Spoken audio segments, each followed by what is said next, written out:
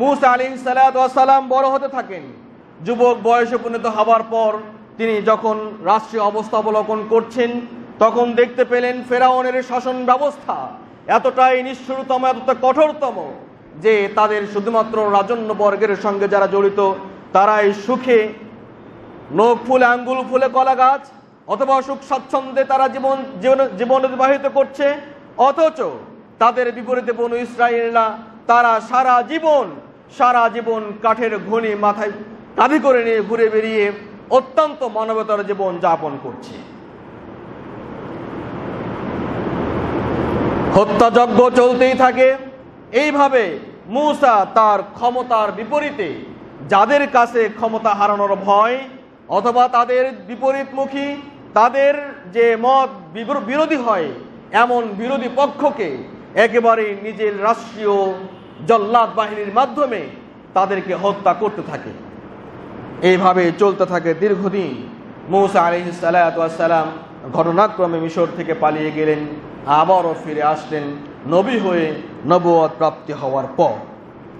এবং তিনি আরও খেয়াল করলেন যে ফেরাউন সে তার রাজত্ব করছে। একটি নীতি ছিল তখন, সেটা হলো আল্লাহ রাব্বুল আলামিন সেই নীতিকে এখানে উল্লেখ করছেন, ওয়াজআলা আহলাহা শিয়া ইস্তাদঈফু তাওয়াইফাতাম মিনহুম, যে ফেরাউন তার রাজ্যের জনগণকে শাসন করার যে নীতি তা হলো তাদেরকে বিভক্ত করে এবং শাসন করো। বর্তমান সময়ের সবচেয়ে বড় জঘন্য নীতি, কোন জাতির উপরে যখন শাসন ছড়ি ঘোরাতে হয়, একটি নীতি হলো এই, তাদের মধ্যকার যত মতৈক্য রয়েছে সবগুলোকে বিভেদ সৃষ্টি করে দিয়ে তাদের মধ্যে বিচ্ছেদ লাগিয়ে মারামারি কাটাকাটি লাগিয়ে তাদের উপরে হত্যাযজ্ঞ চালানো অথবা তাদেরকে শাসন করানো, যা ব্রিটিশ নীতি, ডিভাইডেড অ্যান্ড রুল, বিভক্ত করো এবং শাসন করো। এই নীতি আসছে ফেরাউনের কাছ থেকে।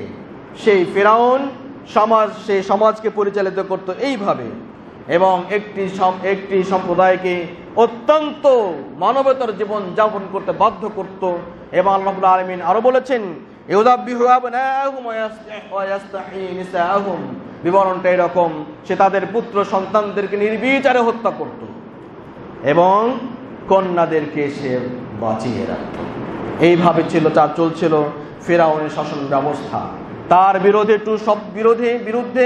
টু শব্দ করলে অথবা তার বিরুদ্ধে কেউ অস্ত্র ধারণ করলে, তার বিরুদ্ধে কেউ কটু কথা বললে, তার বিরুদ্ধে কোনো কথা বললেই শুধুমাত্র রাজত্ব হারানোর ভয়ে, ক্ষমতা হারানোর ভয়ে তাকে এমন কোনো শাস্তি নেই, এমন কোনো ব্যবস্থা নেই যা সে গ্রহণ করত না। এইভাবে সে নিজেকে একসময় একচ্ছত্র অধিপতি হিসেবে গ্রহণ করে। সে সকলকে ডেকে বলে, আনা রব্বুকুমুল আ'লা, আনা রব্বুকুমুল আ'লা, আমি তোমাদের সবচেয়ে বড় রব। আমার উপরে কোনো কর্তৃত্ব, আমার বিরুদ্ধে কোনো কথা, আমার বিরুদ্ধে কোনো ষড়যন্ত্র, আমার বিরুদ্ধে কোনো কিছুই তোমাদের আর সইবার নয়।